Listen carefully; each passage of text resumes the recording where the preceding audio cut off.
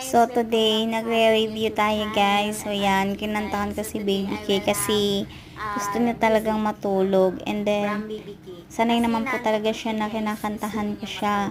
So yan yung favorite niyang kanta, yung may verso na Tagalog, may English. Ganyan ang alagad ko guys. Naboboring kasi siya. Minsan naman, bigla na lang siyang nalulungkot. Gustong gusto niya talaga ng kinakantahan siya. I love the song na talaga siya. Pero marami talaga siyang gusto guys na kanta na hindi pa namin nakikreate. And guys, please support naman po sa aming YouTube ng aking Baby Key.